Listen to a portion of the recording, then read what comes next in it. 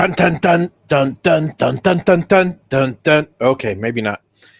How you doing, guys? How is everybody out there in TV land or YouTube land? Welcome, one and all, to another wonderful episode of Soldering with Javi, or Chatting with Javi, whatever the case may be. Tonight, I'm going to be. I've got all these breakout connectors that are wired for future boxes and for anybody orders an extra, and I have to label the 1 through 4 inputs. So I'll be doing my little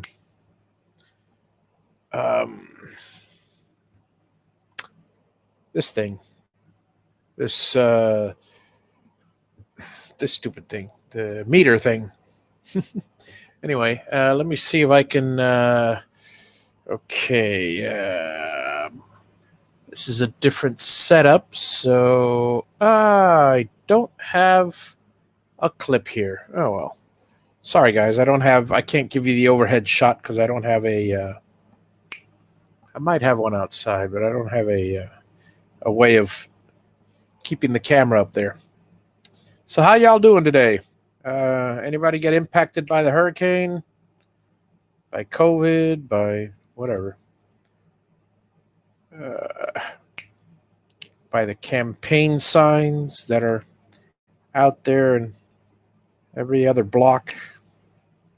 I am so glad that I vote by absentee because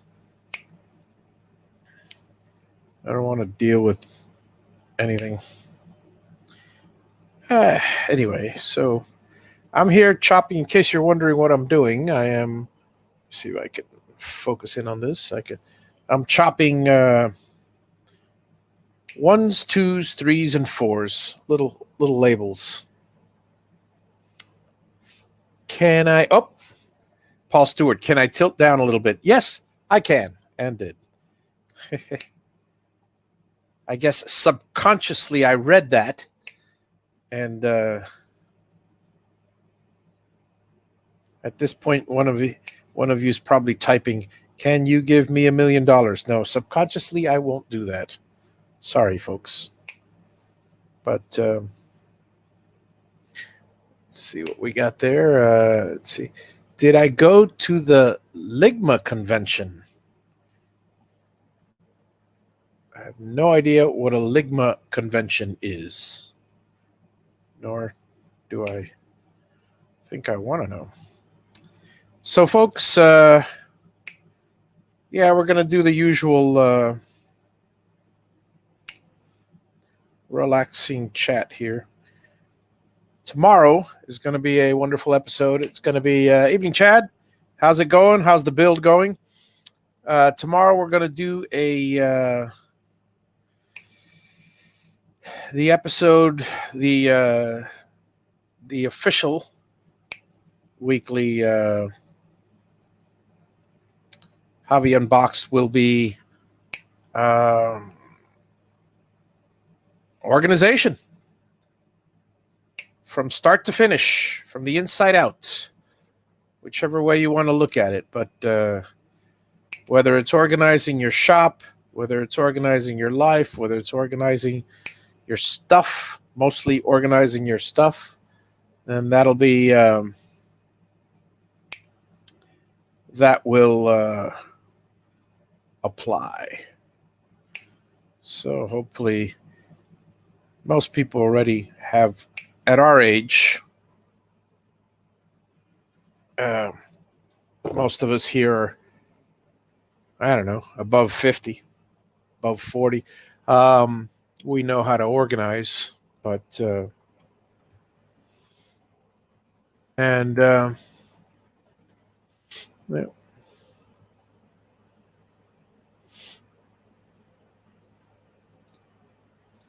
in the meantime, I will do the usual here. Let me see. Let me go to my YouTube. And I shall block the. I shall, of course, block the 11-year-old and tell him to do that to his buddy, whatever he wants to do. I don't know. We don't go for that. What's the word?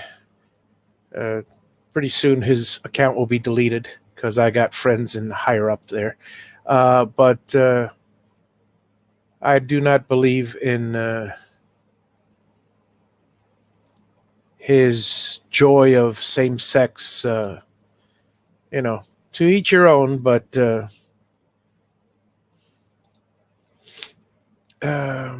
let's see. There we go. And good riddance. Ah.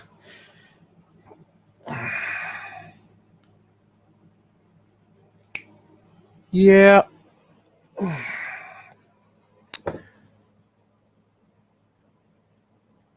So anyway, get back to my little. So organizing from the inside out is basically what we're going to be doing at the next session, and all you guys can definitely appreciate that.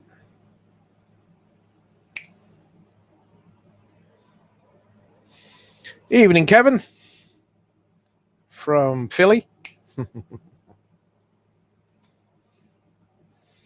So I'm pricing around. Let's see. Let's share what. Been having some interesting stuff happen to me last couple days. I pulled out the RV and parked it in the state park, and went to go heat up a sub that I had. And little did I realize, tell me if this has ever happened to you guys. It was like one of those frightening movie moments, where you see a swarm of bugs and you go, ah, well, that's exactly what happened. I had apparently, before I left last time, or before I put the RV away, I, hey, it's that CRS that we have, guys. I cooked some scrambled eggs. Well, yes, it was still in the microwave after about a month. And along with, I can't tell you how many little tiny, tiny, tiny, tiny flies. Not maggots. They already grew up. Well, anyway, needless to say, I hit him with the fogger, hit the whole thing with scrubbing bubbles to disinfect it, and dumped that stuff, obviously. Luckily, it didn't smell. That would have been bad. That would have been rancid meat or something if I did it to that. But in the end, I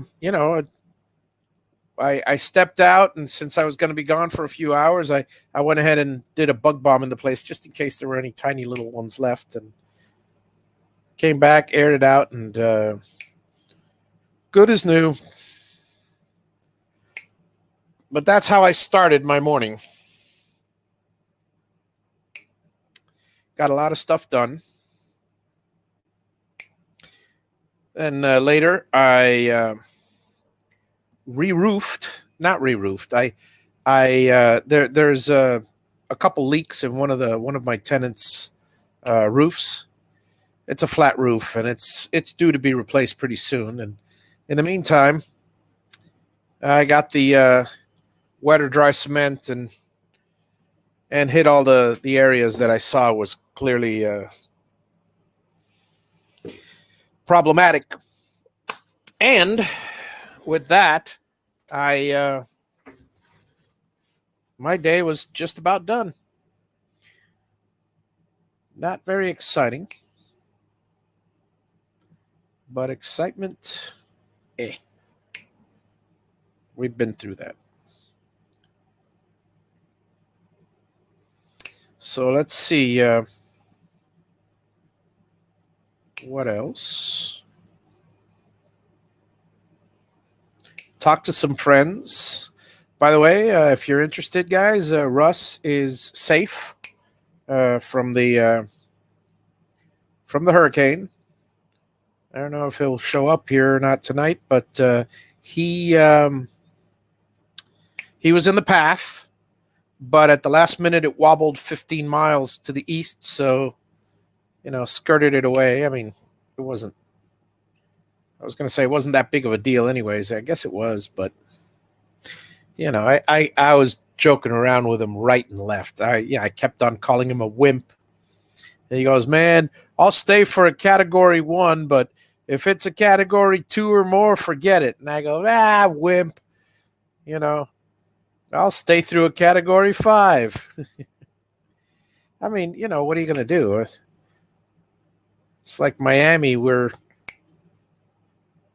we live in concrete block houses that are built to 210 mile an hour standards. So I've never had an issue. I've been through 13 eyes, 13, and I've never had an issue with, a couple of the times it's been some major roof damage, but I've never had like a big catastrophic issue because, there'll be people that argue, but I'll tell you right now, it's not the hurricane winds that destroy. It's the tornadoes that spawn from them. And you can have one just as easily in a hurricane as you could out of the blue, So, I mean, with a bad storm. So, I don't know what to tell you guys. I am not that. Oh, granted, when you're in a hurricane, the wind, the whistling like a freight train, it's a. I don't know if I'd call it a scary moment, but it's a moment. And then,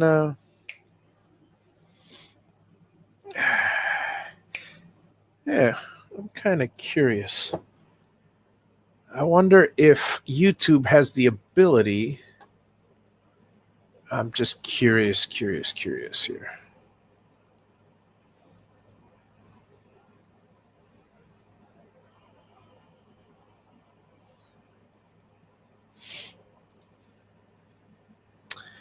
Um, I wonder if by any chance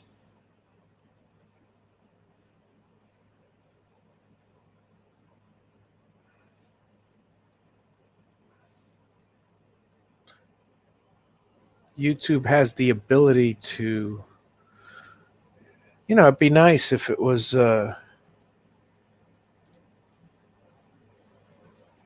I was just curious. I'm wondering if YouTube had the ability to filter comments prior. So every like Facebook, you have to certain people have to be approved. That'd be nice. Of course, we'd have to have Russ or Dave as a moderator looking at all the comments, but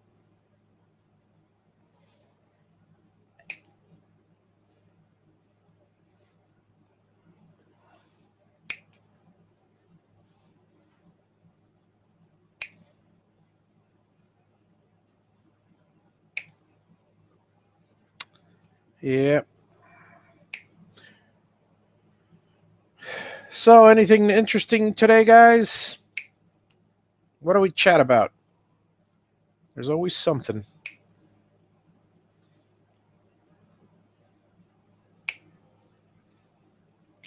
I'd talk to you about the property, but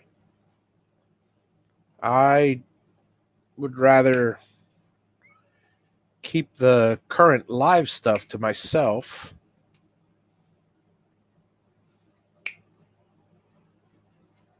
Just in case. I don't need anybody scrutinizing what I'm doing. I'll say this. I got my plans today. They're not perfect, but pretty darn close. And I'm pricing around steel buildings. Oh, Kevin, I'm cutting. Let's see here. Uh, 1, 2, 3, 4. 1, 2, 3, 4. They're the labels for the inputs and output, the breakout cables. So I got all the 1s, the 2s, the 3s, and the 4s here, and just trying to. They go real fast, so I'm just gonna cut these out here, these last bits, and start start placing them on there. So I was pricing out some steel buildings, and I think around here the code is 150, but I'm going to do the 180. I don't play around with hurricanes or anything like that. And on top of that, it's going to be reinforced with insulation, which will add a little more rigidity, and I'm going to be putting eventual drywall in it and stuff like that. So I mean, it's going to be nice and sturdy. But yeah, I'm looking forward to. Oh, that's not good. There it is. That goes there. This goes here. I'm looking forward to having the building already because, frankly, I need the building to work from the building. And it's a little upsetting that most of the rules around here, and I mentioned this before, but people are just the politicians and the rule makers around here, the commissioners, I guess, basically. I mean, I don't know if they're missing a few brain cells or not, but I got to be honest with you. I don't understand in what universe somebody would say you can't build. If you're building them at the same time, I've been told more than once, and I'm sure it's a mistake, but I've been told more than once, you cannot build your outbuilding or garage first while you're building your house. It's like, okay, so if you're an owner builder, what are you going to use? I mean, look, I've been in construction all my life, and I know that you build it all from the ground up and you go there, but I don't want my materials outside getting possibly stolen. It's not likely, but not around this neighborhood. And I got too many neighbors watching out and all the cameras. But still, I don't want. I'm not here every day. I've got my businesses at home, so I'm traveling back and forth. I need to schedule deliveries, and the deliveries aren't always exact. So what happens? Someone will send an order of wood. I have to be here. Now, if I'm not here, I gotta stick it in the building. Here's the code. They go in, they drop it off, and and that's it. They go in, they drop it off, and they leave. Hopefully being honest enough to not touch anything, which is not a problem. But if they do that, I don't want them dropping off a bunch of materials in the middle of nowhere. Well, the bottom line is, okay, even if I have to be here for the material deliveries, I want the materials here ahead of time so when I'm here, I can function. I don't need, oh, well, I got here, but the materials are not here because now they got to wait for me and yada, yada. I don't know if I'm explaining myself very well, But if the bottom line is not having a place to store these things and to receive these things will just delay the construction considerably. Now, personally, I don't mind. That just means that my taxes are delayed. That means my impact fees are delayed. That means the county's not getting their money sooner. That's fine with me. I'm not in a rush. We're not moving here for another 2 years. The building will be done in 1. But it could be done in 6 months if they allow a garage, which would be an advantage to me because then I could start, bringing in all the tools. If not, I have to lug a trailer back and forth with my construction. I live 5 hours away. I can't be bringing in and out the the table saw and the chop saw and stuff. Basically, I'm a one-man construction crew, and I don't know. It's got me a little upset, but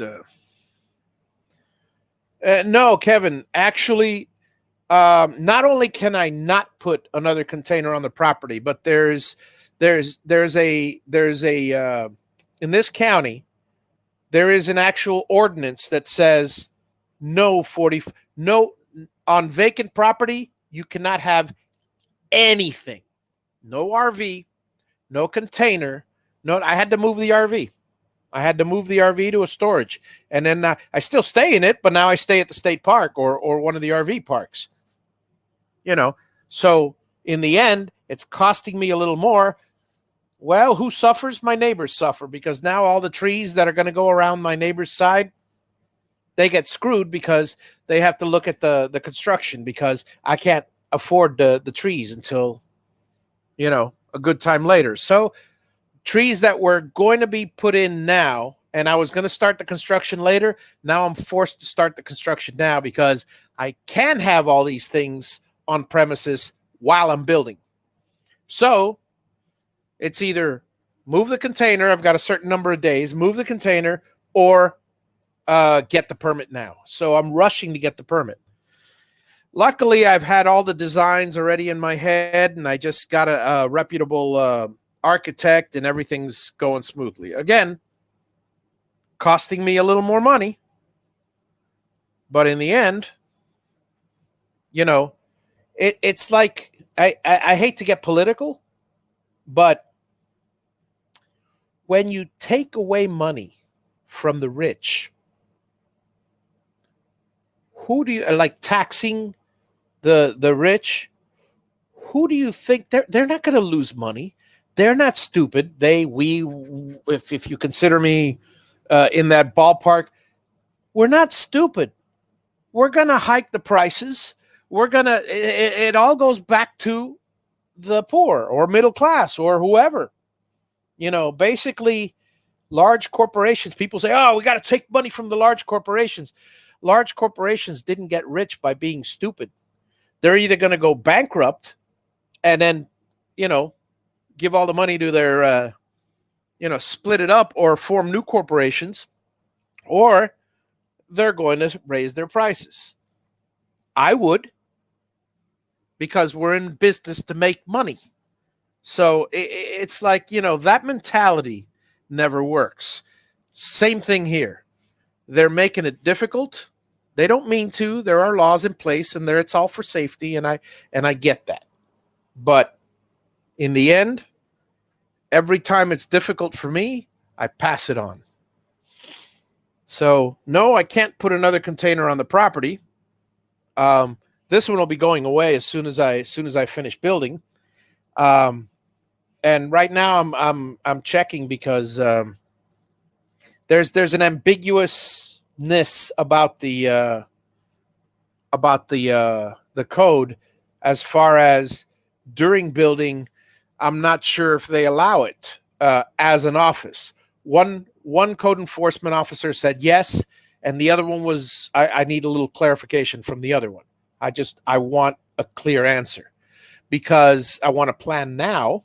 I want to stay. I believe in authority. I want to stay compliant, but I need to start moving now to start scheduling a construction office because I know that's completely legal, which doesn't make any sense to me because instead of a 40-foot container, now I'm going to have a 60-foot office, 10 feet wide or more. That's going to be and it's an old office. It's an ugly old office. I know, it's one of my dad's. And he said, yeah, you could use it anytime you want, but it's going to be the biggest freaking eyesore on the planet. So rather than a container, which I tried to paint green well, you guys saw the property, the footage. I tried to paint it green to be as inconspicuous as possible. Now it's going to be this big, huge, honking trailer for a year or more, because after the building, I've got the pool, I've got the pool house, there's a series of events that are happening, and depending on whether they let me build it all at the same time or not, it's going to be far longer than 6 months, you know. But anyway, again, it'll all get done. I don't have an issue. You know, the whole community's behind me around here. I've got, I love my neighbors. The majority. I love my neighbors. They're they're very helpful in every way, and they have pointed me to it. When you move into a new place, one of the best things that you can do is get to know your neighbors, obviously, but more than that, find out immediately all your all the services that you need. Like for instance, one of my tenants had a tree fall on the house, so I needed to get the let's see, this will be number one. I need to get a tree trimming service. Well, I got one of my best friends is a tree trimmer back home, but he can't go up here. Good evening, Clyde. So luckily, my buddy and neighbor over here said, "Oh, I got a guy," and boy, did he have a guy! It was cheaper than what my buddy would have charged me. But then again, my buddy's in Miami, so it's he's used to charging. He's a certified arborist. He's got a huge company. He's got a lot of people on the payroll, so it's a whole different scenario. But anyway, but in the end, I'll show you guys. I won't show it now because I don't want to disclose anything at the moment. But the plans look really good. There's a couple corrections that are needed. That's why I'm holding off on them right now. But I got them, and there are some things that won't fly with me and with the county. So not with the county, with the code. So I'm working on that, and soon as those changes are made, they proceed to do the full set. Soon as the full set is handed to me, boom, I'm in business. I'll let you guys know when I break ground. But I expect I hope it'll be sometime in October. I don't need to test this one. This one's fine. But yeah, basically, it's upsetting that I cannot work from a building. Now, my understanding, and I have to check this with building, but see, there's building and there's zoning. You see, and they're two completely different departments. And in Miami, Building is the problem for certain jurisdictions, like Miami Gardens. Oh my God. They say never burn your bridges. I will, at this point, unequivocally say, because I'm never going to build anything anywhere near Miami Gardens, I hate their building department. Now, it might have changed. We're talking about 10, 20 years ago, might have changed, but they were always just the hardest to get along with. They are not reasonable. I do not like when somebody's not reasonable, I call them on it. I'm look, I will if you're reasonable and you work with me and everything, I will do everything you say. I have no issues. When you're being completely unreasonable, unfair towards me and or others, don't get me started. I'll call the higher authorities. I'll always call a boss, because the one thing I do know about government officials is they don't like it when stuff is stirred up.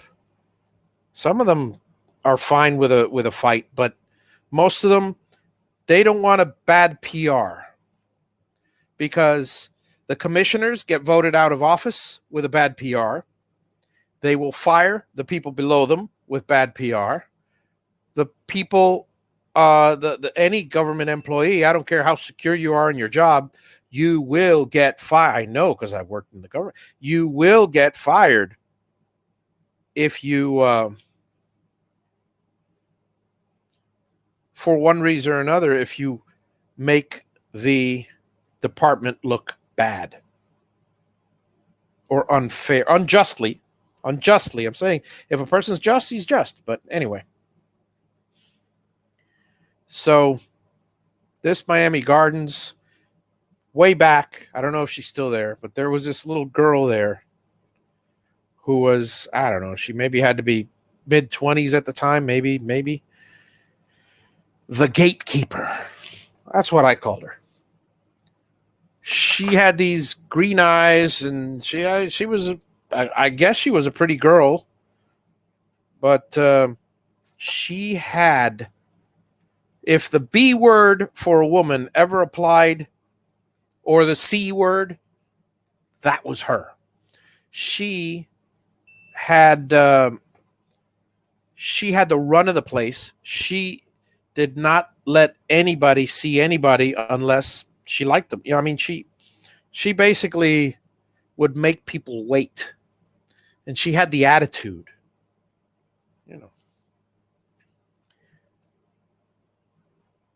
Some people deserved it. Most people didn't.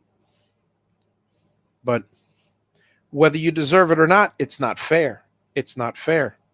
This is a professional business. I don't care if it is a government, it's a professional business. It is not, and it's a sacred trust to the community. It is not in any way, shape, or form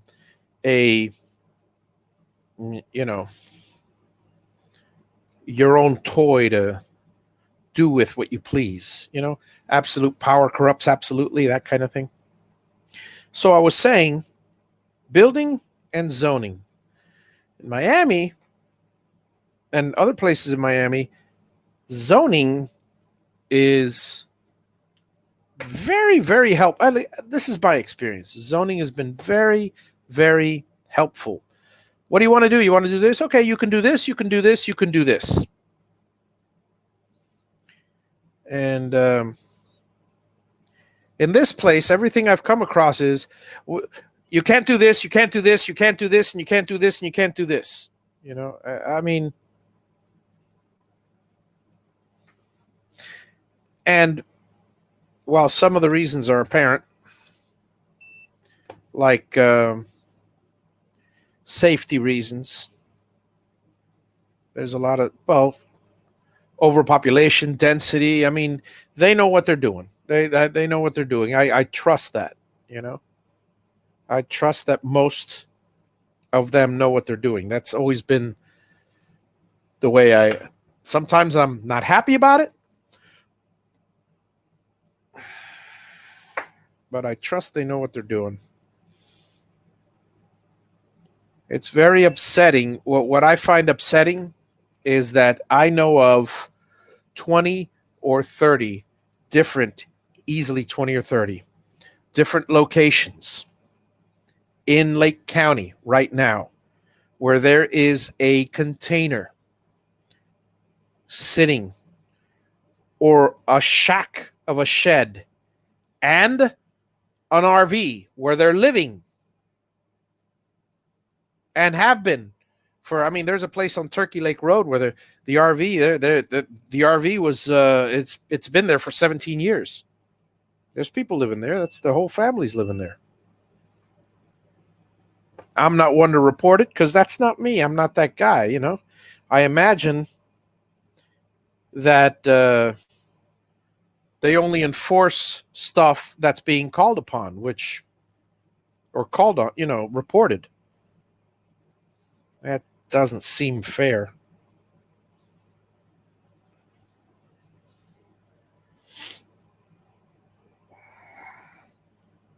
Doesn't seem fair.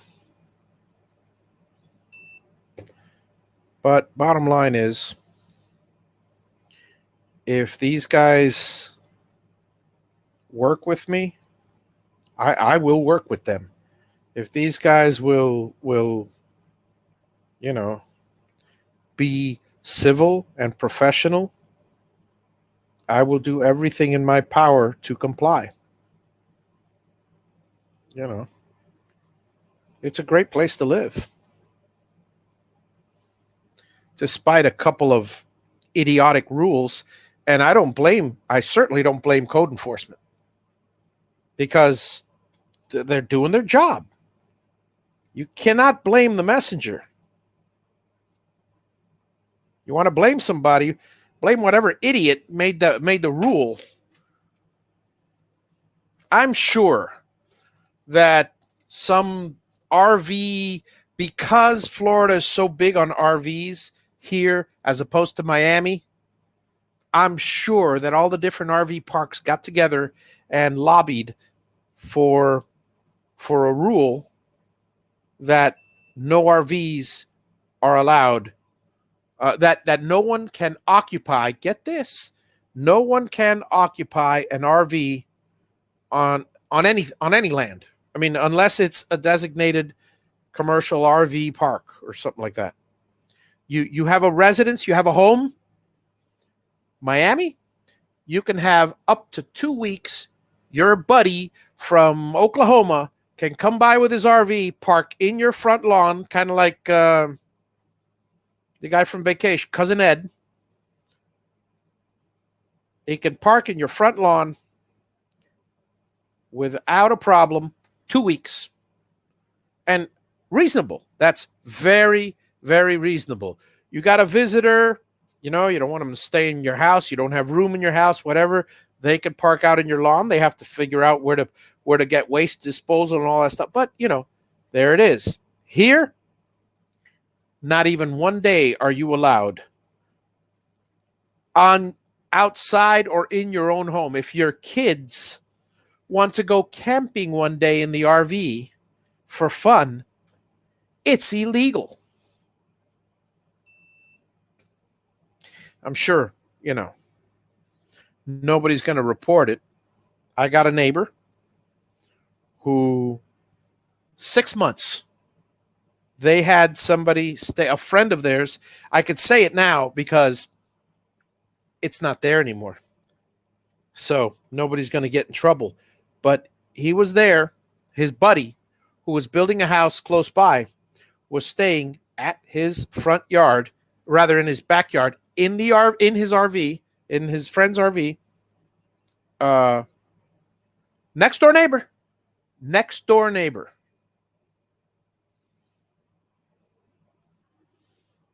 So, you know,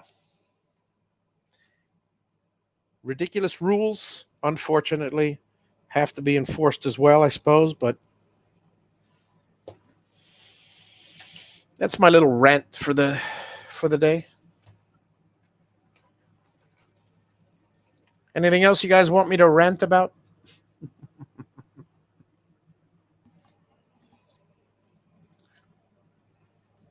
Let's see. This is number one. Nope, that's two. That's one. I'll tell you one thing. This I'm very happy about the fact that. Let me see. Wait a second. Chad had something here earlier. I think I didn't see. Let me see. I haven't gotten to the electronics yet on the build, but by the time I do, I was wondering if you had a diagram showing the connections from the Javi box to everything. Yeah, I will. But basically, I mean, uh, it's all plug and play, Chad. So you kind of don't need diagrams. The frequently asked questions have all the information.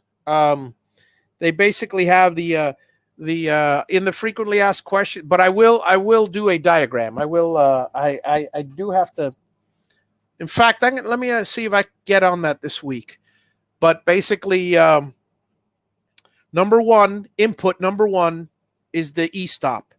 Input number two, I mean, you can read this all in the FAQs.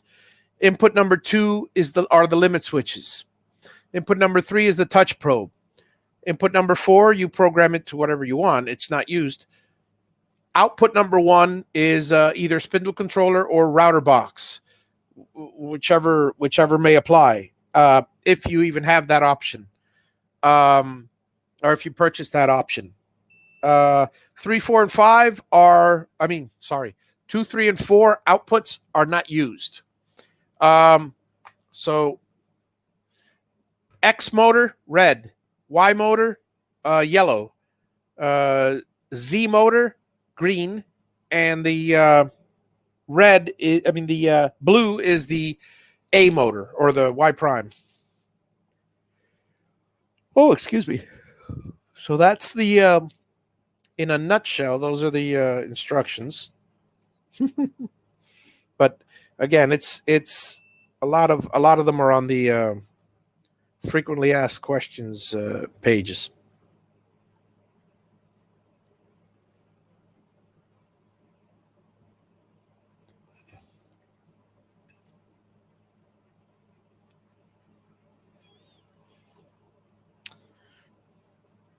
The one thing about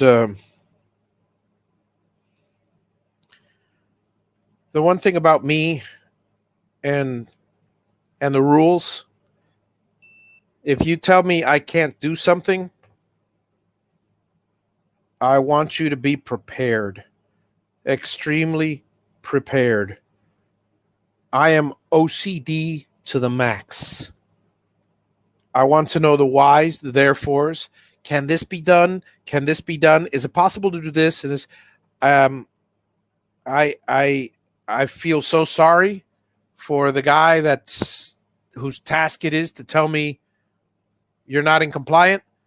But unless he explains every single detail, I'm going to keep coming back with questions because I need to know. I need to have all that information to make future choices. I mean, you can't just say no because I said so or no because that's the rule. I don't buy that. I never have. I need to know the why. I need to know every single bit of the why.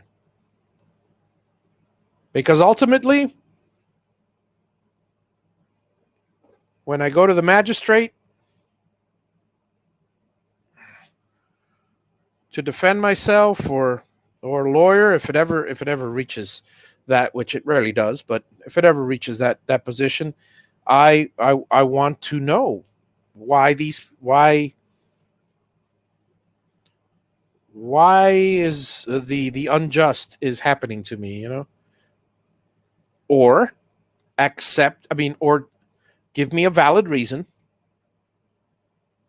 I'm a reasonable person, although you'll find that most unreasonable people say they're reasonable people, but I'm a reasonable person and an intelligent person. And you tell me, okay, this is this way and this way and this way, and something that makes sense, then I don't have a problem. We had nurses living in their RVs and driveways because the they were first responder. The government rented the RVs. Maybe you could find a way because of COVID. Yeah, I'm not trying to find. Okay, I'm not trying to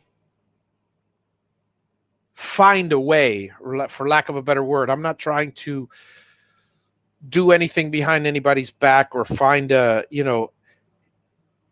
valid loophole. Yeah, but I'm not looking for a loophole. I want to,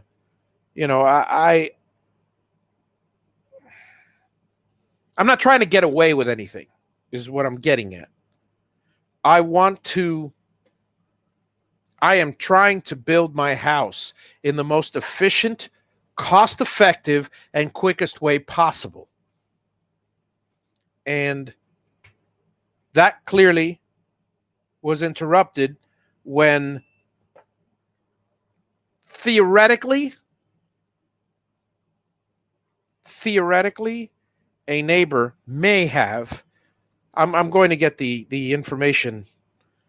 It's all public record, so I'll know soon enough. But um, theoretically, someone may have said something because I am buried in an agricultural area, and nobody would know unless it was reported to them. Nobody would even know the camper was there. Satellite pictures don't show it. It's nicely hidden, except for one neighbor. Actually, two or three neighbors see it, but they've all got code violations, so it's not like they're going to report it. And I'm not going to say what they are, but every single one, all five of my neighbors, actually, all five have a code violation. I know exactly which code. Cause look, I've been around. I'm in construction. I know exactly what code violations they have.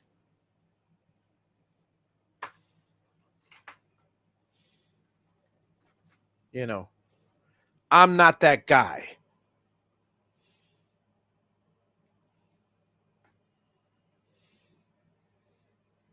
Now, I will say this: if I find out for certain that it was this one person, because maybe he didn't like the look of it or he got angry at me for some reason, which I don't understand because I've been up until now, again, like I said, it's very hard for me to believe that it was a neighbor because I've gotten along with every single one of them. So, but if it was,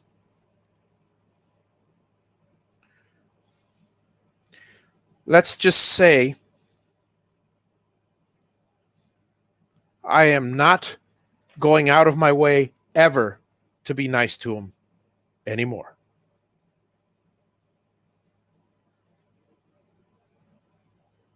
Oh, you're sick and you need your lawn mowed? Call a gardener. Oh, you died and your family needs to your wife needs somebody to take care. Call a hospice. I am that angry. I am that upset at the lack of civility.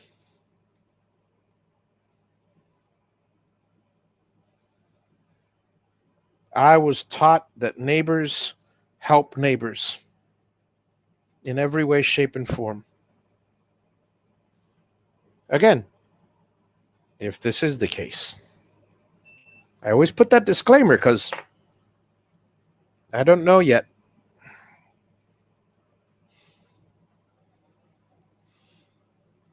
Could have been some random person. Could have been somebody on the internet that just happened to figure out where I live. They didn't like my show, and which is why I don't share information anymore. Sorry, guys. You know, it could be anything.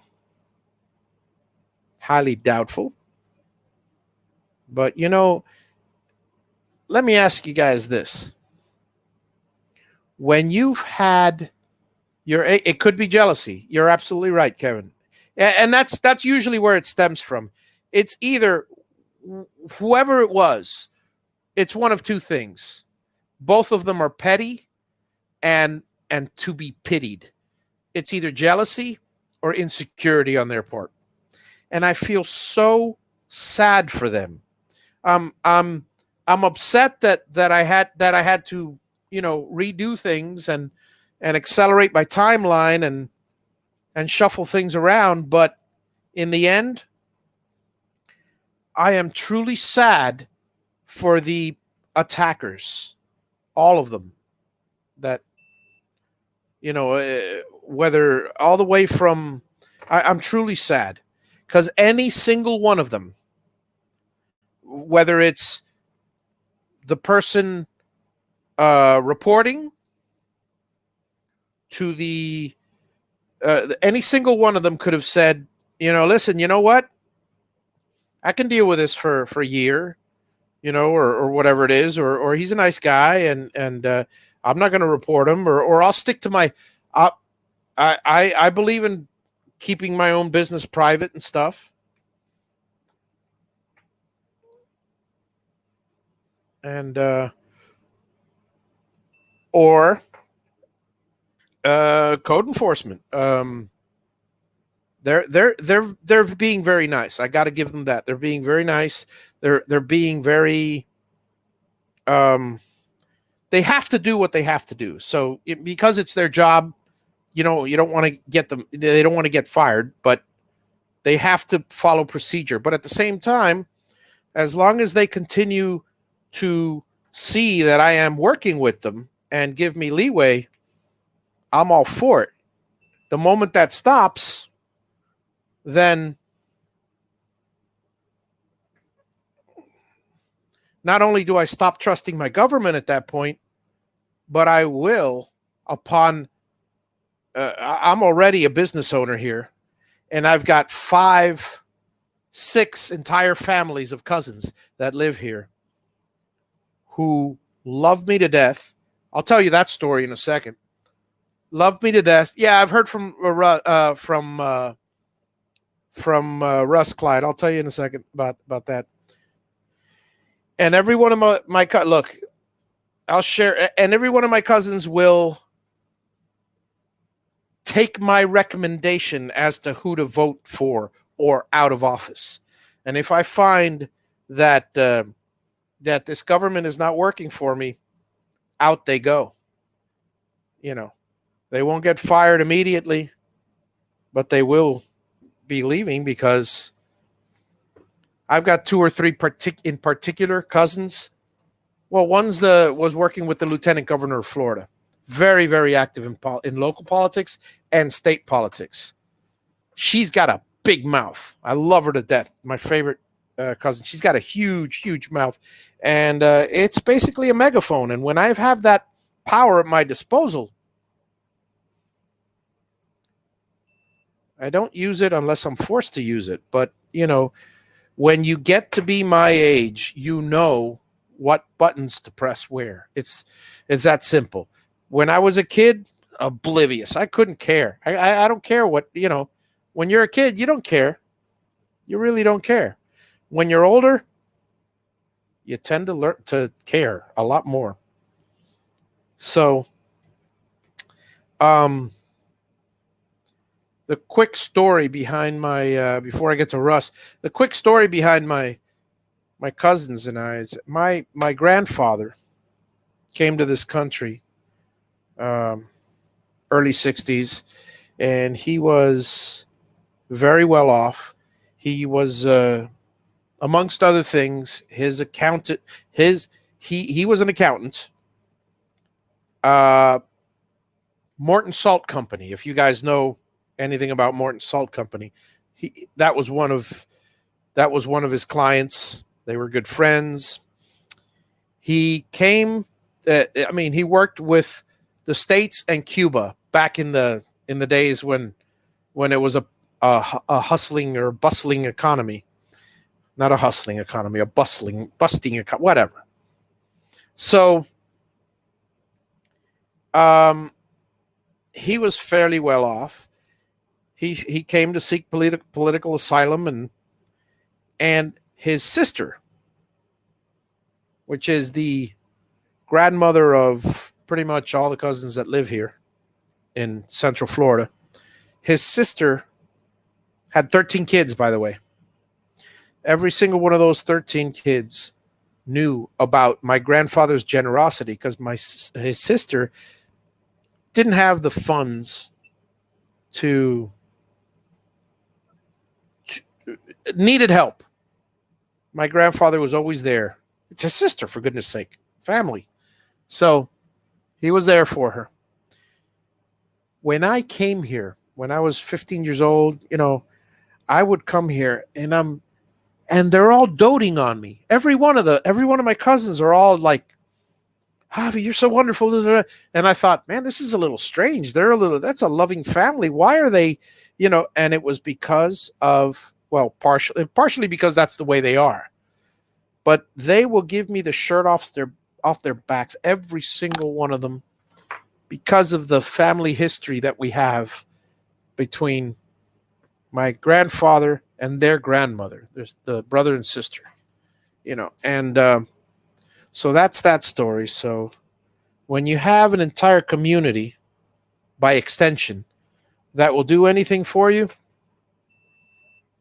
why do you think I chose this place to live? It's just great overall. Clyde, Russ was perfectly fine. I said this earlier, so Russ is. I spoke. Yeah, I've spoken to him every day. He's back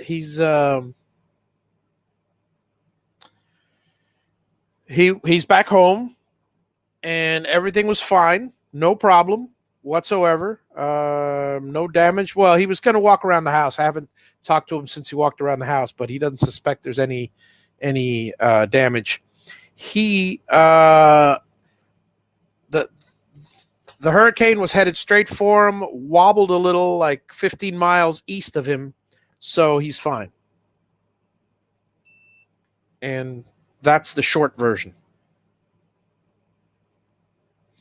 And then what I said earlier, which the rest of the guys heard. Well, Jim maybe didn't hear it.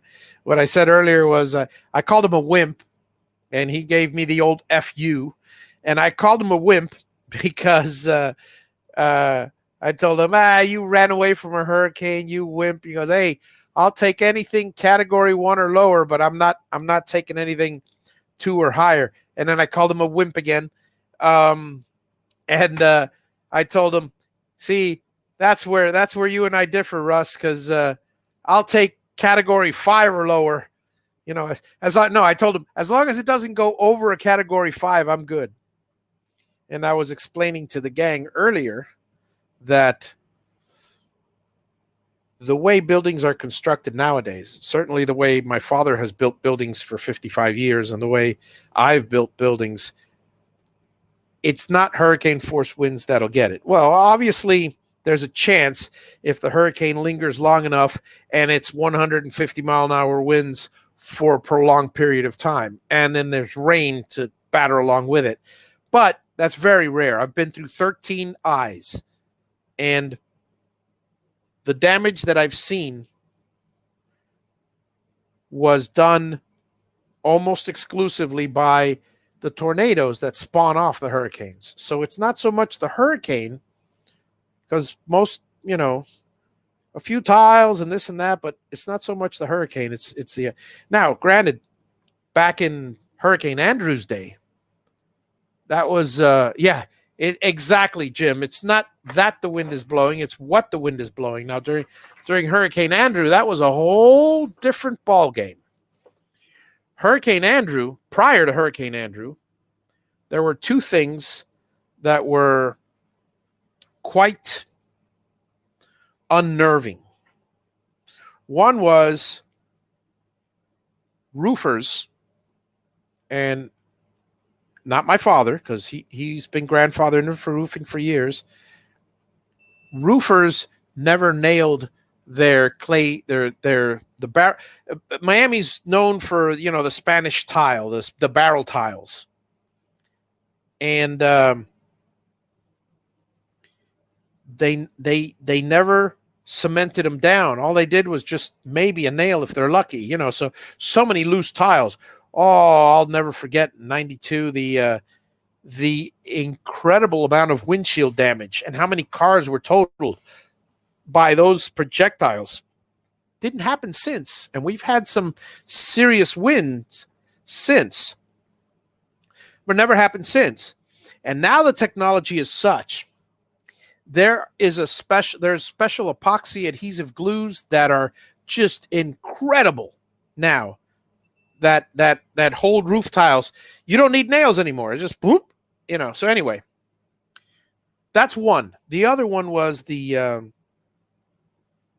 I'll never forget, and I've told this story before. There's in Naranja near Homestead, there was a huge area where, I mean, that was the whole. Everybody was focusing on that and saw how the stick-built homes were all destroyed because of the sheathing just flew right off.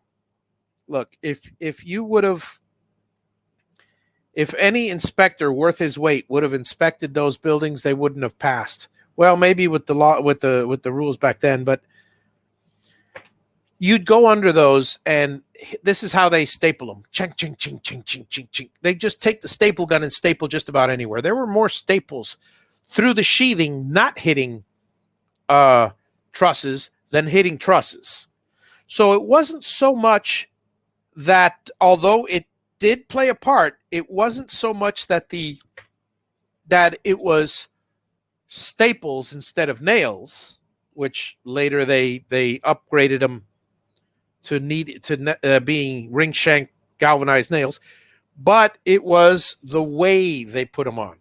Now that has changed also, because if an inspector sees a single, for those of you that are in the business know this, if an inspector sees a single nail penetrating, during the sheathing, single nail penetrating, they'll fail you like that.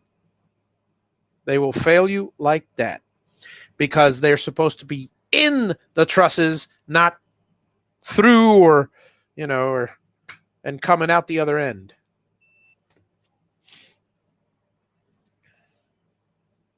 I've never had storm surge. I mean, we were 6 feet above sea level and 13 miles inland, and there was never. Okay, we had one which was a no-name storm, which brought tons of rain, and because of the rain, we had our street was flooded. It went up to the sidewalk, never reached the house. So there's that. But let's see. Here we go. Number one. Yep. BBL dog. Ooh, excuse me. Getting a little tired here.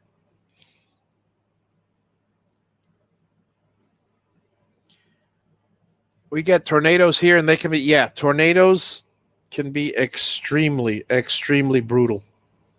I mean, we're talking an F5 is what, 300 mile an hour winds? That's double a Category 5, or practically. That'll just tear anything apart. And you're right, Jim. What he said earlier is it's not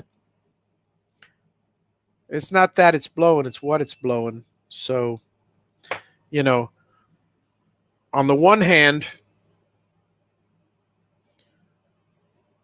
if there's something that's blowing if there's a lot of loose debris, and that's one thing we've been trained in Florida, we've been talked to death about, and luckily most people listen. Pick up your debris, because that's what's going to cause the damage. the occasional lawn chair, or the occasional car.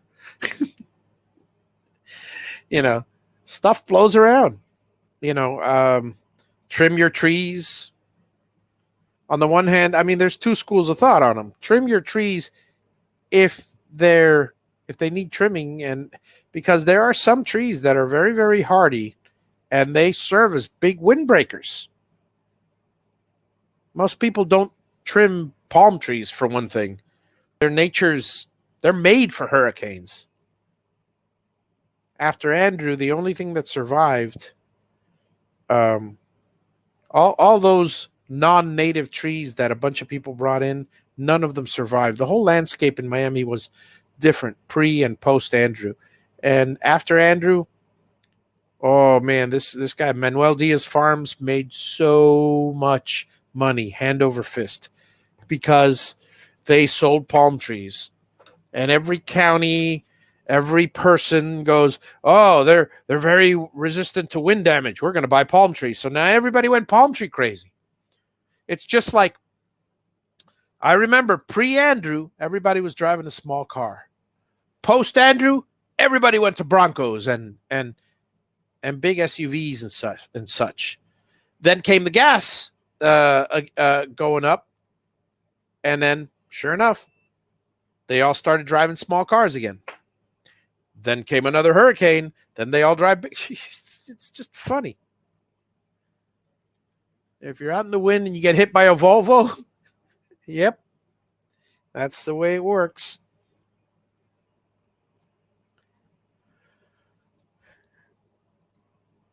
I was listening to him today, the old one about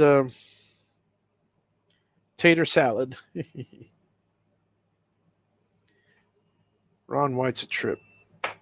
I love his stuff. I've seen him. I've seen him in live in West Palm, and that was just fantastic. It was absolutely very enjoyable. I had the right to remain silent. I just did not have the ability. One of my favorite jokes.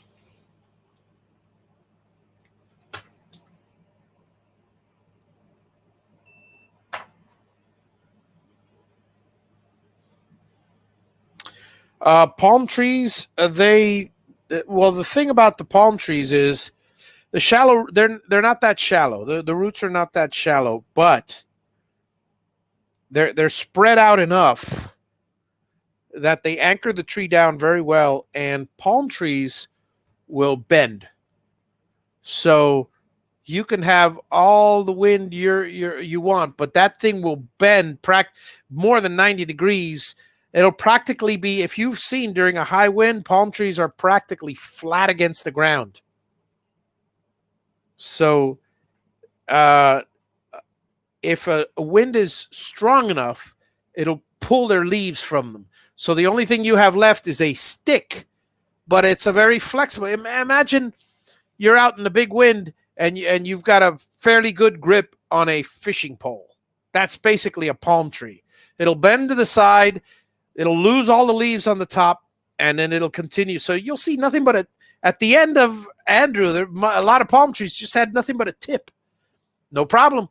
They grow from the top, the palms, and none of them died. Well, I'm sure some died, but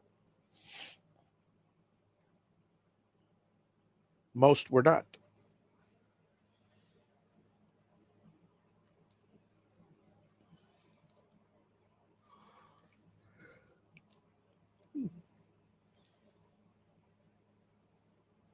Let's see. What am I doing tomorrow? Tomorrow, I am cutting bamboo. Yeah, so I'll be looking forward to tomorrow. Oh, by the way, tomorrow, folks, for those of you that came in late, we will have our usual Saturday show, and it will be organization from start to finish. I will give you all the tips I can on how to organize stuff.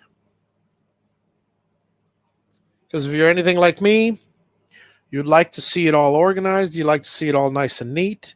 and at the same time, you you are not that anal retentive person who keeps it nice and neat. So organization is a very valuable tip in that sense. Organization is not for people, got a bug here. It's not specifically for people who are fully organized. They don't need help organizing. The rest of us do. So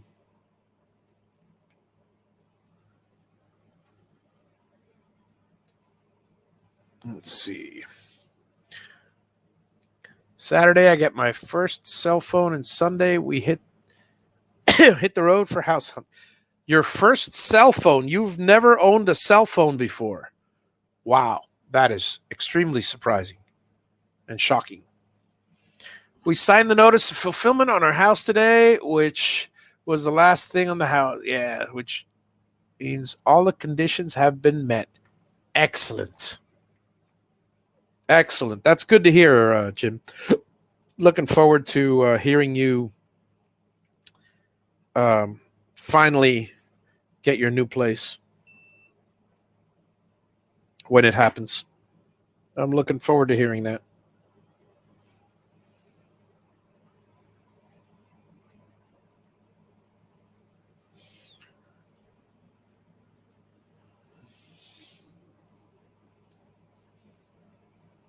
Yeah, that's interesting. Cell phone indeed. Wow. So let me ask you guys something. When you move to a new town, do you think that the powers that be want people to move in their town or don't want people to move in their town? And I'm talking the government. I would assume that they do because it means more revenue for them because every time a house is sold, the tax value goes up. So unless I decide to pull out my ordained minister card and turn it into a church, and then they don't get anything on any of the properties. But that's that's something I'm not willing to do at this point in time. But I'm imagining that I don't know. Do most people want? Do most cities want or counties want people to move in? Is that considered growth to them? Is that considered success? Or, you know, I guess they're very particular as to what type of person, but we go look for a 3,500 square foot building Tuesday plus full basement. Ah, nice. Very nice indeed.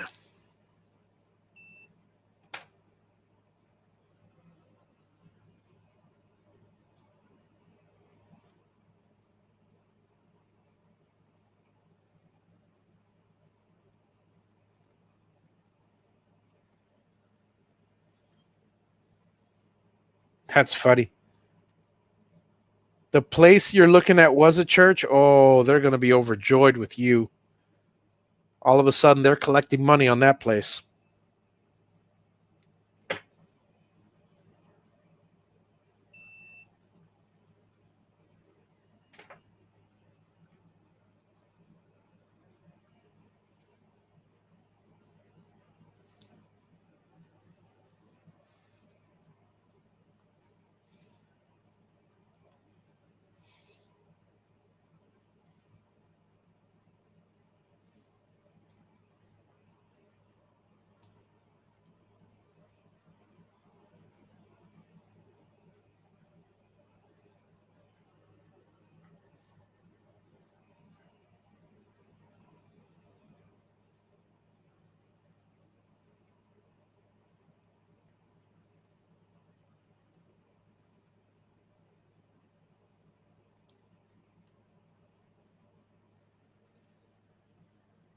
Divided into two buildings that are joined and a full basement underneath. That's pretty cool.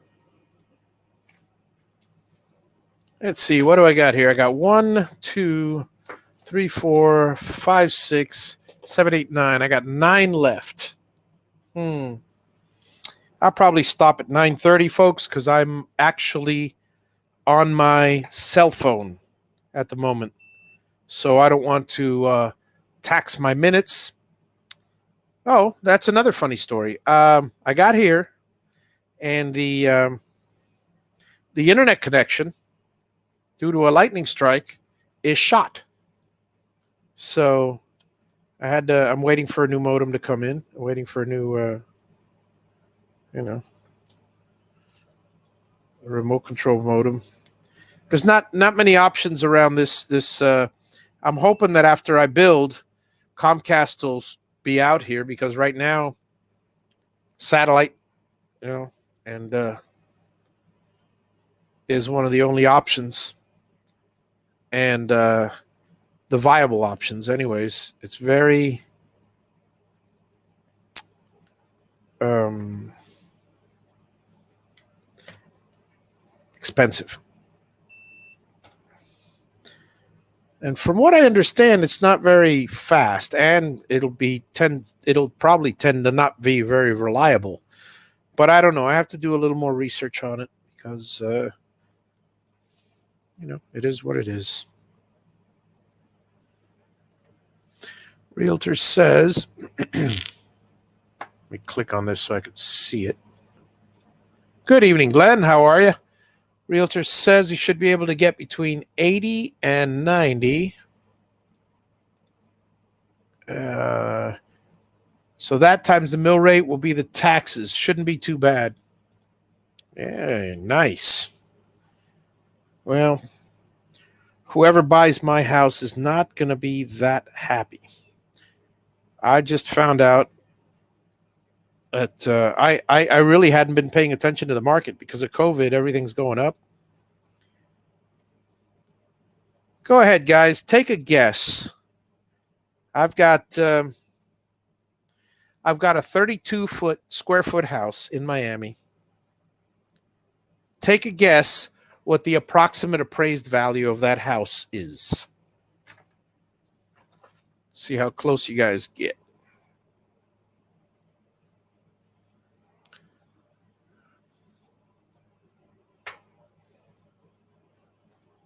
I'll tell you as soon as the first couple guesses come in.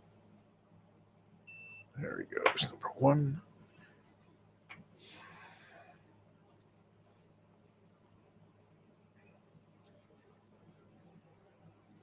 $3,200 square feet, and I have a detached. I have a 2-car garage, an attached garage. Well, they're both closed-in rooms, and I have a 1 car in the back. It's a storage facility or room, whatever. It's an advantage to most people in Miami because they illegally rent it out to whoever. So I've never been. I can't stand having strangers in my house, but there are people in Miami who will subdivide their house. If it's a 4-bedroom, they'll actually make 4 entrances. They'll illegally, of course, they'll tear apart 4 entrances. They'll make more parking spaces, and again, illegally, and they will have 3 tenants, 3 boarders in their own house. It's just crazy.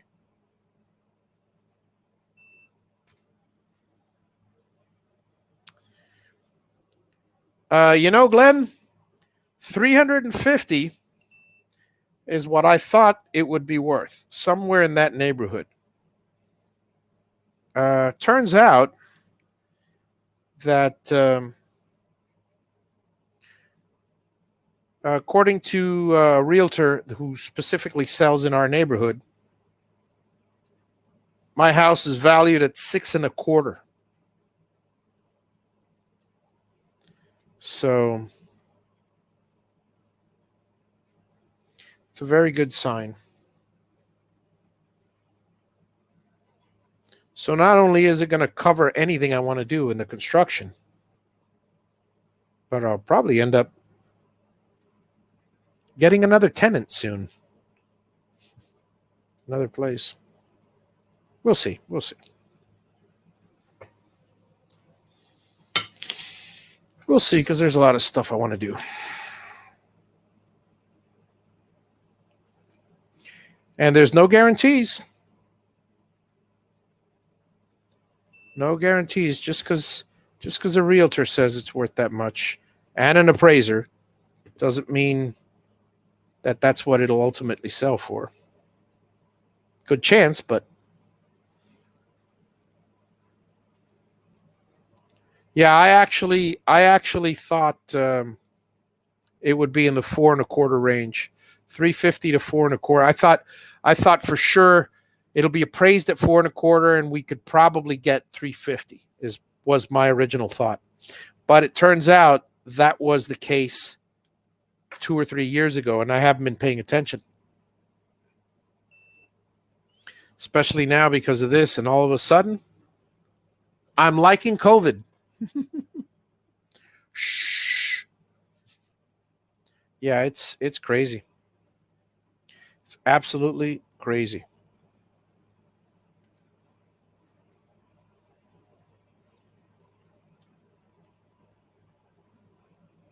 The house that I'm building, based on current prospectus, will be easily a $500,000 home. Now, we're talking Central Florida. My neighbor said, he looked at the plans and he goes, "That house would be worth," which is true, would be worth about $1 million up in Miami. More than 1 million. Far more than 1 million. You can't find a 5-acre lot on a lake for under a couple million in Miami. Under a couple million, probably for under 3. It's crazy. And New York's the same. I mean, New York's even worse. I mean, if you could keep it, you can keep the big cities, but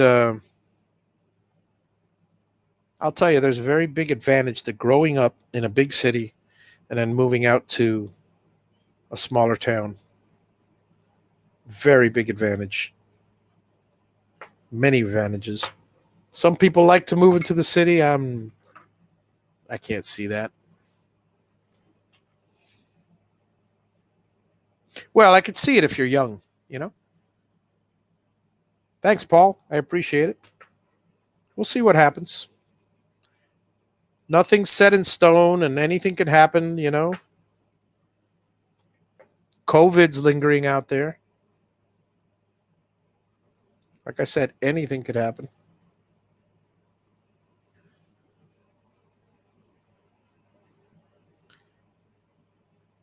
So I got to ask again, guys. Do you guys know anybody? Look, I've at home in Miami, 200 and sorry, 2.8 million people. I haven't met a single one with COVID yet. Not one. I mean, I don't know where they're all concentrated, but not one. Now, oddly enough, here in Central Florida, I've met one who supposedly is out with COVID. I met him a month ago, my architect, and supposedly he's out with COVID. And there was another one in his building that was out with it the week before that. So, and that's the first I've ever heard of anyone, you know, directly or within 1 degree of separation or whatever. But have you guys like know people next to you or whatever or close? Because I'm certainly not going to call this a fake thing because it's clearly not. But I continue to believe that it is completely blown out of proportion.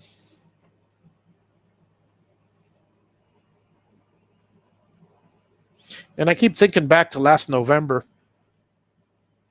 Yeah, see, Glenn, you don't know anyone. Dave, you don't know anyone. I mean, I keep thinking back to November of last year. Um, I don't know. Maybe I don't think I would. Well, I wasn't on regularly, but November of last year, I think I was on regularly at that time. No, about I had I went to the RV up here and I had picked up something from my daughter. Call it the flu, call it whatever. I was knocked out in bed, some serious energy drainage and energy drain for a week. For all I know, that might have been it before it, you know, was popular. One of your employees, his sister died. That's a shame, Paul. Was she old? Did she have diabetes or something? Pre-existing condition? That's a tough situation.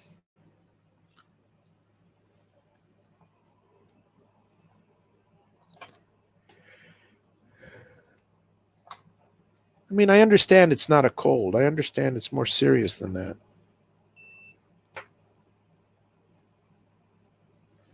I don't know.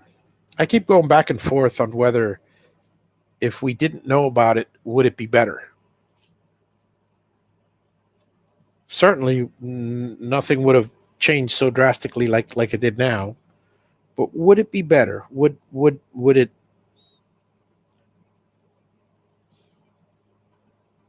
We'd all be living normal lives. We'd all be back in school. There'd be more people sick, possibly,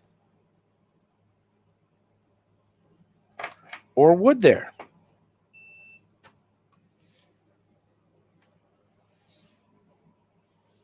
Well, certainly, there wouldn't be a million people. At least we wouldn't hear about it.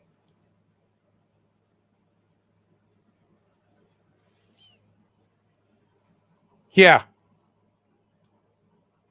that's that's that's that is that is the most erroneous statement I have ever seen, Jim.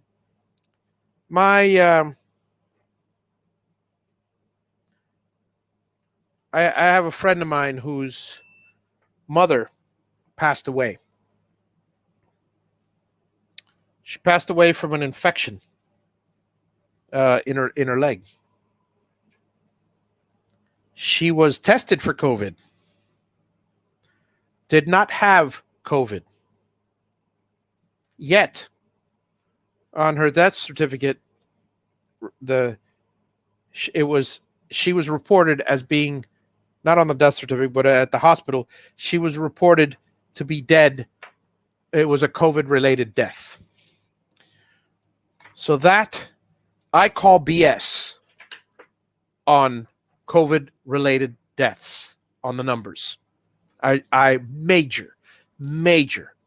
My wife's cousin lives in North Carolina, came in with a broken arm. She was tested. Guess what? Not COVID. She was placed in COVID.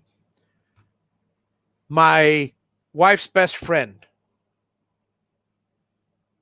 well, let me not say my wife's best friend, but a friend of hers, an administrator in a local hospital, shares with us the inside scoop. A hospital will receive funding. The more COVID cases there are, the more funding is received. Everything, hate to tell you, Jim, everything is COVID related, whether it is or not, and they're not. So it is a complete bold-faced lie that there are that many people. I mean, go figure. Look, I mean, yeah, granted, my Miami has 2.8 million people, and I've yet to meet one with COVID. You could say, oh, well, you don't go out and meet everybody. look, I speak to my friends on a regular basis. I've got multiple Facebook friends, and I've asked this question time and time again to my friends. Do you have it? No, I don't. Staying safe. Some of them are in, it's I I believe COVID is serious. I believe it's deadly. I believe it exists. That cannot be denied. Maybe it can, but I don't deny that. So don't get me wrong. I do not I'm not an ostrich burying my head in the sand. However,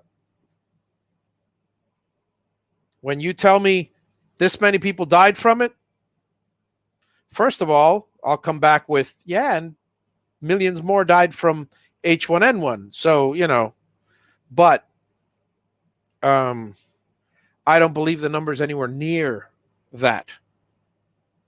I mean, no one could tell the number.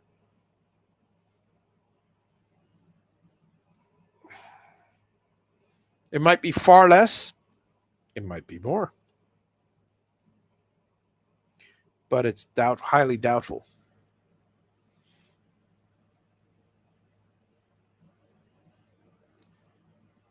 Yeah, 50 in New York City during the breakout. Yeah, that's got to be rough. That's got to be rough. Yeah, where are you going to go if the hospitals are backed up, and that's the problem. You can't get, and that's another reason why I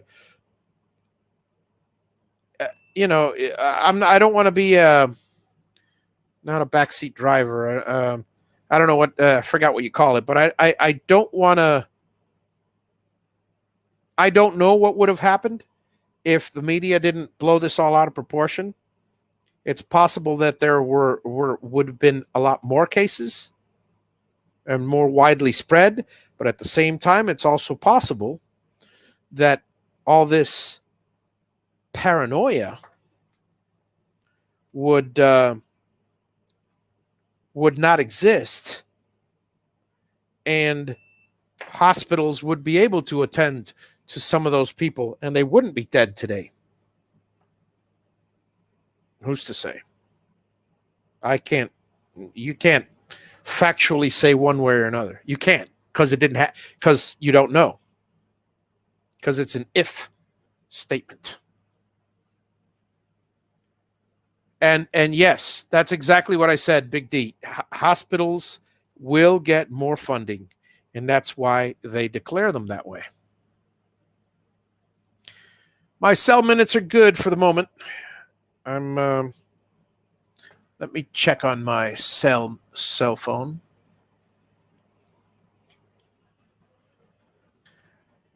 See how I'm doing as far as time. Do do do do do.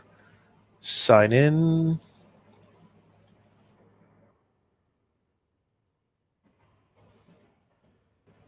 And check out my minutes.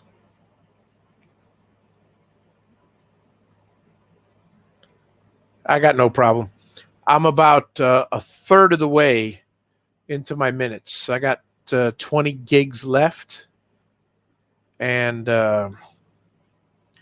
tomorrow, I'll probably be on the cell phone. Monday, I'll probably be on. And I should get my internet back up Wednesday. So 2, 3. And everywhere else I have internet. So, but thanks for reminding me, Glenn. I appreciate it. Okay, which is the 3? No. No. 1, 2, 3.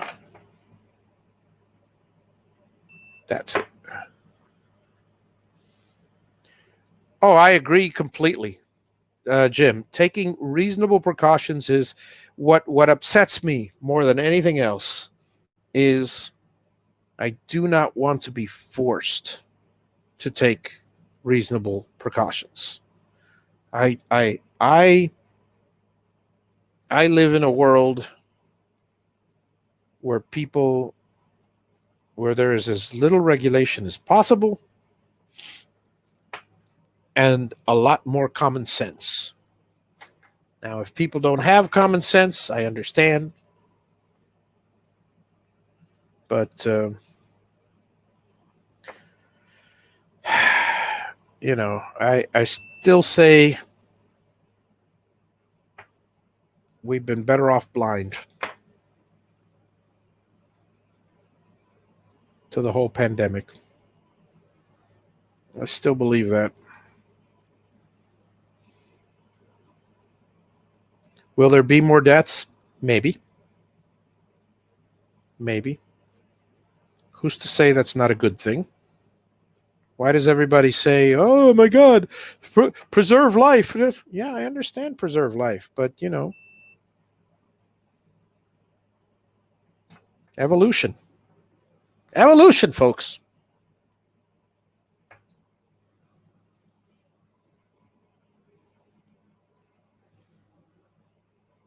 Who's to say that now we are going to be worse off for not having? I don't know. I don't know. That's for the doctors to say, I suppose. Are we better off isolating, or are we better off having as many people as possible exposed so that antibodies can develop? Whereas there's a possibility that if the right person is not exposed, then an antibody will never develop. The disease will get worse and wipe out the entire human race. Okay, that's an extreme, but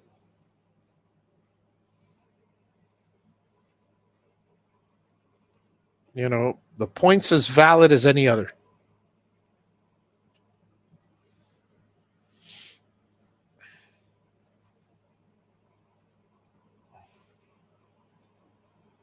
Science is making inroads. Yeah, I look. I'm not going to be the guy here that says I'm not going to bring religion into this, and I'm not going to say leave it up to God and stuff. And I'm also not going to say leave it up to science. I am going to say leave it up to nature. That's my ultimate view. Personally, I do have my faith, but it's up to nature.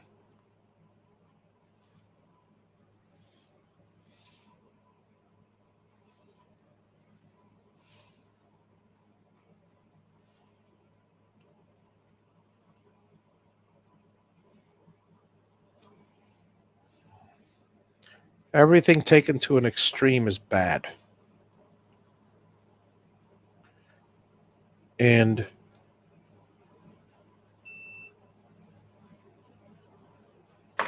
I don't know.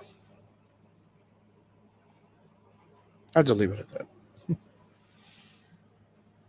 And yeah, you're right. Common sense is very rare. It's a shame. Like, look. I will. There's a lot of people who refuse to wear a mask and stuff. Look, I don't want to catch it. I will wear my mask. I will keep my distance. I take people's advice when they, especially doctors, when they say, "Look, this is serious. You don't want to spread it, particularly to old, infirm people like my parents." So I take things seriously. And for that reason, I do what I do, not because there's a rule that says you have to do what you do. I mean, what was it? Somebody told me that there was a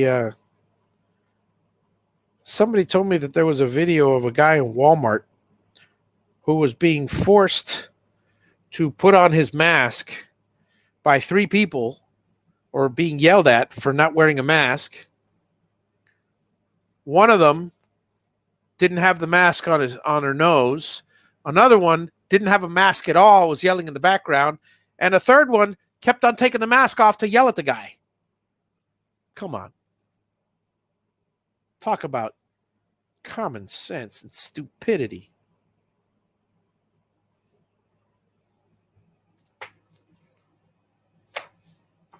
You know, it's not very Christian of me, but I hope they all get it. I hope they live, but I hope they all get it. Karma.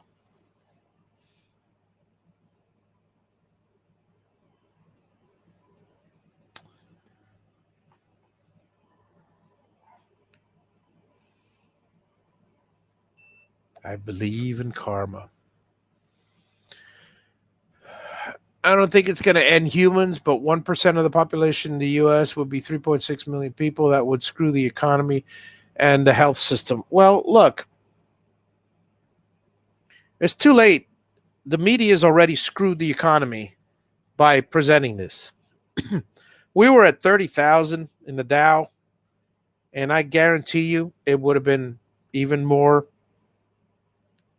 So many people. I talked to one of my tenants today. One of my tenants.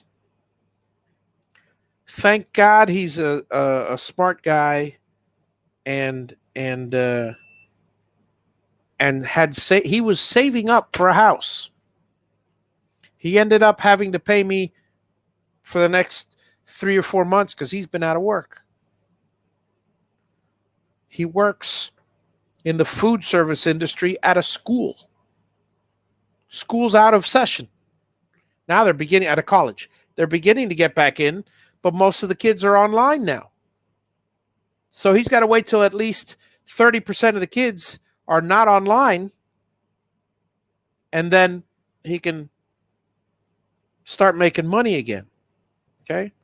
This wouldn't have happened if he would have been out for a week, maybe dead. I don't think so. He would have been out for a week. He's a strong guy. He would have survived. And so I'm telling you, the economy, it's worse off now than, well, in some ways. Many people have benefited from it. So I got to tell you, I mean, I've been neutral. Lost a client, gained a client. Big client, lost and gained. Why? Because one place, because of COVID, is not painting anymore because they don't have money. Another place, because of COVID, is painting twice as much because they don't have kids in their classes. So, I mean, there's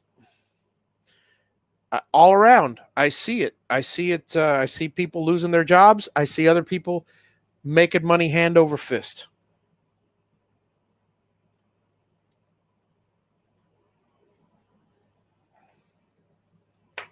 And I see a lot of people who haven't changed, who are just exactly the same as they. Holy cow. Guess what, guys? I finished. It's a beautiful thing. But yeah, I don't know what to tell you. Let's see. You don't think it's gonna? Yeah. So it might be better off dead than at that point. Yeah, that's the thing. That's exactly right. If there may be people better off dead than without a job, suffering. They lost everything. Yeah, the increased amount of depression that's going on. Again, I hate to sound like a broken record, but I attribute it to the media and society fueling each other. If the internet's a two-way streak, and it's going to take a few of these episodes for people to be, and I hate that it has to happen, but people have to be blind to the information on the internet. They have to be. They have to start learning how to be blind and ignore mass information. and make their own decisions. They have to stop being, see, there's one thing to say a hurricane is coming, and everybody agrees a hurricane is bad. We've seen it before. It's another thing to say, oh my God, we're all going to die from this bug. And then get your toilet paper and what the hell was that all about? People stock up on toilet paper that, if you, and the same similar things happen with a hurricane. You say a hurricane is coming, and I'll give you an example. Miami used to be that if you say a hurricane is coming, you are hard pressed to find gas because all the gas stations will run out of gas because everybody flocks to them. It's a small microcosm of what we're experiencing now, but it's exactly the same. They all get gas. They all get water goes off the shelves. Nothing. It happens all at once, and the system cannot handle that. Well, guess what? That hasn't happened in a long time because Miamians know better. Now, they keep a certain amount in stock always. All right? So now, they're not as rushed. They're not that big of a deal because they fear for what happened once. I guarantee you that because of this COVID thing, people are going to keep a lot more toilet paper now in stock so in the future, and a lot more Lysol and a lot more this and that. So in the future, it won't happen. Pretty soon, it'll evolve after the media hits us a few times with these pandemic events that we won't even be paying attention to it anymore. That's the point that I'm looking forward to. It's the sky is falling. It's the boy who cried wolf. That's all it is. I'm sorry that people don't have common sense. In the end, my prediction, and people with common sense will survive in the future. People without common sense will be the ones that'll be weeded out. And nature, once again, will thrive. Why do I think this is going to happen? Because eventually we'll all be jaded. We'll all be jaded with the it's happening again. And pretty soon nobody will believe anybody except they'll trust their own gut. So the people with common sense and with a certain amount of intelligence will be prepared. The others will not and may die. And I'm sorry to sound, again, will that be such a bad thing? As a whole, I don't know. I can't answer that question. But there's my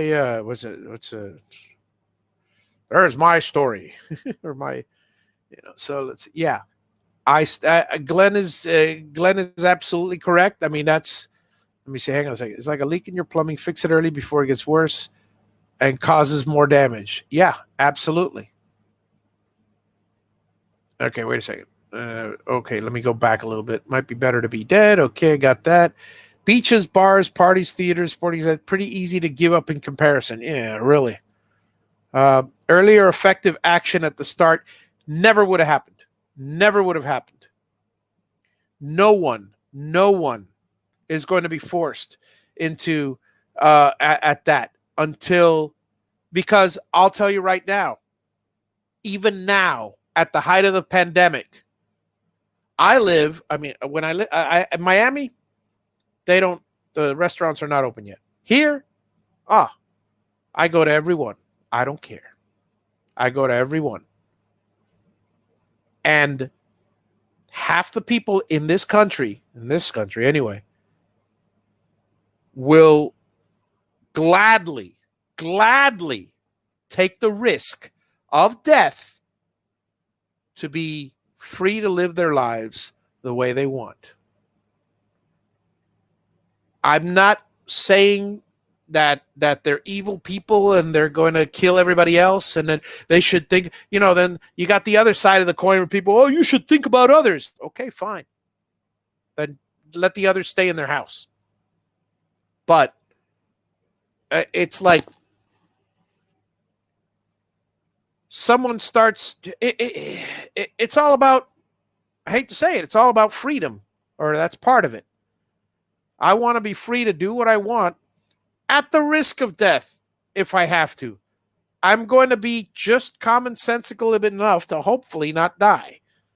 But anyway, yeah, and it's like a leak in your plumbing. Fix it early. Yeah, but that's the thing. It's not. I mean, it's not like a leak in the plumbing because a leak in the plumbing is something that most people will say we got to fix this. Almost all people will say we got to fix this. You know, the only people that don't say that are people that have never had a leak before or are too lazy and they put a bucket. But most, you know, but this is not one of those situations. Most people do not say, we got to fix this early and we got to fix this now. You know, and yeah, stop watching the news. I've stopped for some time now. On my Facebook, I've got filters that anytime somebody says anything to do with COVID, uh, Biden, Trump, I don't care. I'm even with all, no political commentary whatsoever gets through my Facebook. My friends that are either diehard that have any kind of political commentary, I never see them. You know, I see stuff about woodworking. I see stuff about friends' kids growing up, yada, yada, yada, but I don't see that other garbage. And then, you know, it's not the ostrich in the sand. It's that, you know, frankly, doesn't accomplish anything. I'm going to vote the way I vote. And my big issue is that my big problem with politics is that if you want to debate with me and you want to argue the policies, I'll be happy to have an open and honest debate. But most of the time, my opinions are mine, your opinions are yours, and we're going to reach a point where we disagree. The problem is most people don't even get to the point that they're arguing policy. All they're doing is slinging mud at each other. Soon as I see that, click goes the TV, click goes the YouTube, click goes the internet. I mean, you know. Yeah, exactly. Well, see, that's just it. Information backed by science, that depends on where you're getting your information from. It really does. Because you say science, but science can be interpreted by numerous people in numerous different ways, you know? And has been. You're going to argue science says this. And then somebody that's completely the opposite point says, no, science says this. You know in your heart that science says what you says it does, and they're completely wrong. Well, guess what? They have the same thing. And at that point, believing in science, and I say that word carefully, believing in science is faith. Ooh. You're gonna lynch me for that statement, but it's a philosophical statement. And not to get into heavy philosophy, but what is science except the belief in empirical facts? In belief in empirical data as facts. You know, empirical data is data that you see. So yeah, you don't want to argue against your eyes. But as many times has been disproven by, okay, the world is flat. At one time, science and empirical data saw the world as flat. Okay, it wasn't until we had more information that the world wasn't flat. So I believe in science. Both my kids are going into science. And they're incredibly gifted. I'm an electrical engineer. I believe in facts. I believe in math. But at the same time, nothing is absolute. There's no one can know everything. Nothing is absolute. That's just me. Let me see. Yeah, nobody watches news anymore. Question about the kit. As I understand it, is it compatible with Windows 10 and Mach 3? That is correct. Windows 10. I run Windows 10. I don't have it up. It's up there somewhere. I have a little tiny Windows 10 tablet that I use, and it's pretty cool because you can actually, put a little frame on the hobby box and use that tablet as your little kiosk thing if you wanted to. But yes, you can run Mach 3 on Windows 10 and it'll run perfectly fine. Make sure, Donnell, now you got the, you should have gotten it if you haven't gotten it yet. No, today, it just shipped today. So anyway, or yesterday. Well, whatever, it's on its way to you.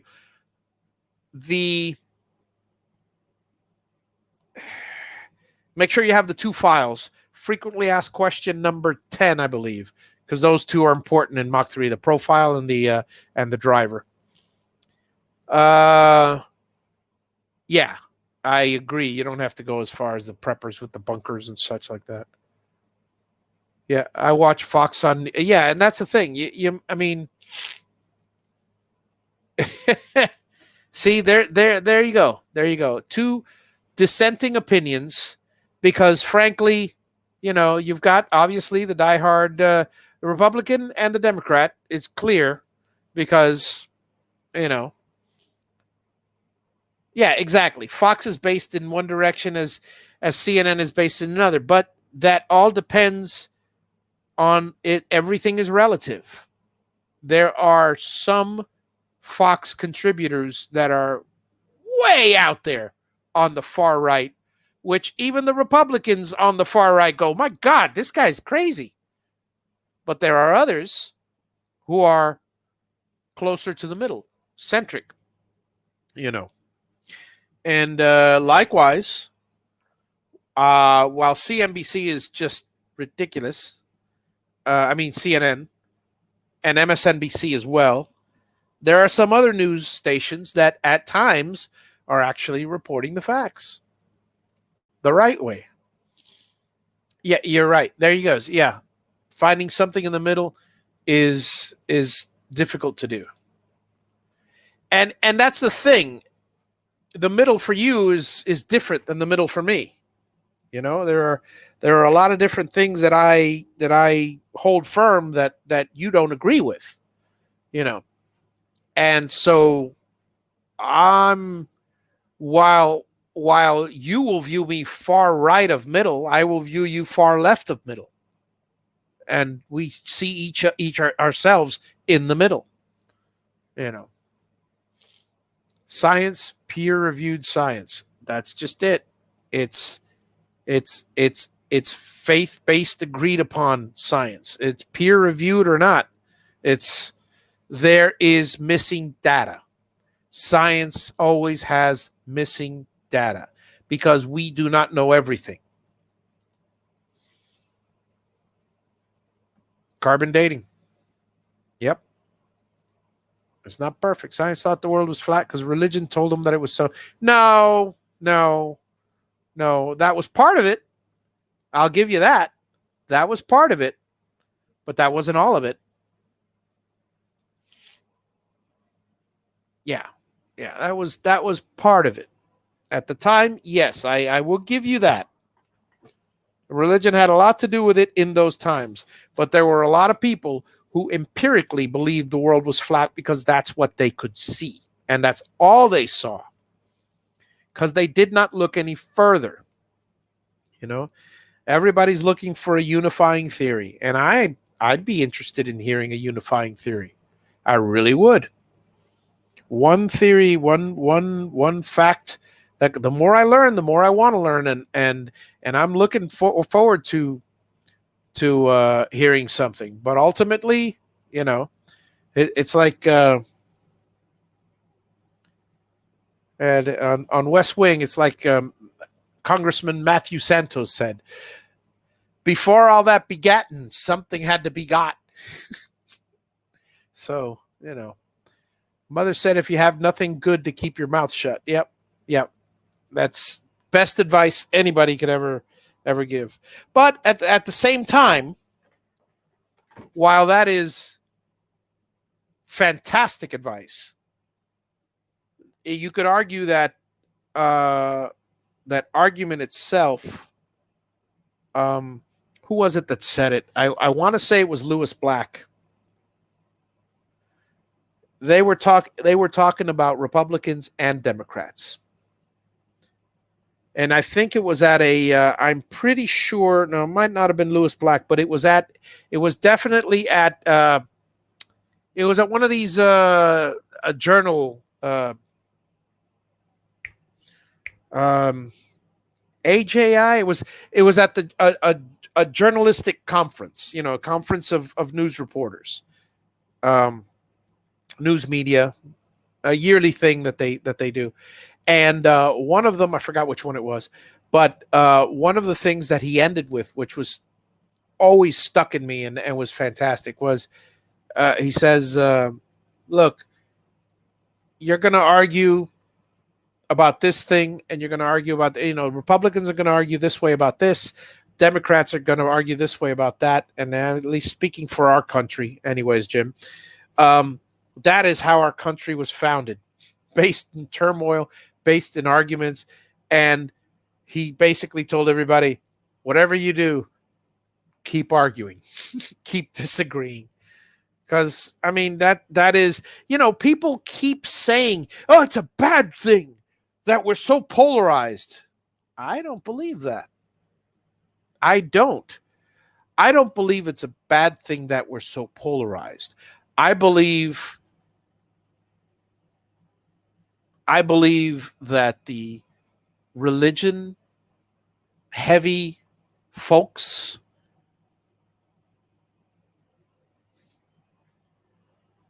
are right in their own right, and at the same time, the the the LGBT community, I disagree with them completely, but I believe they have the right to say their own, what I consider despicable, which is not really despicable, and that's not true either. I believe in live and let live. I just don't believe in shove it down your throat, which I don't believe that about anything, whether it's whatever it is. But my point is, you got two, and I'm just an example of each disparaging point of views. They should both be um, acknowledged, part of this country, and none of them should be alienated or thrown out. I don't believe that in the slightest. I don't believe this should be a country of purely puritanical Christians. I don't believe this should be a country of purely, uh, God-hating atheists. I don't believe it should be a country of oil-loving, oil barons, and I don't believe it should be a country of nothing but environmentalists. I mean, we have our mix. What I do believe, though, is that you shouldn't hate each other for it. But that's my opinion. And with that, I will say good night, y'all, and have a wonderful, have a wonderful day. I'm going to be back on here tomorrow with no politics, no religion, and organization tips from start to finish, basically. So stay tuned. It should be interesting. I hope. Let me see what I can come up with for tomorrow. Good night, guys. Have a wonderful day.